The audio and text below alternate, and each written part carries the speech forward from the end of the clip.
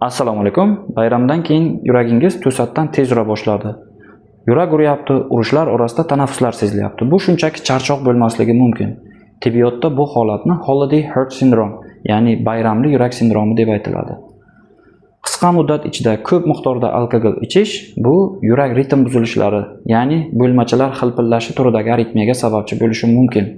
Ko'p miqdorda alkogol ichish bu organizmda o'tkir alkogoldan zaharlanishga, keyinchalik markaziy nerv sistemasi, simpatoadrenal sistema faollashishiga, degidratatsiya ya'ni suvsizlanishga va organizmda kaliy, magniy almashinuvining buzilishi va natijada aritmiyaga sababchi bo'lishi mumkin.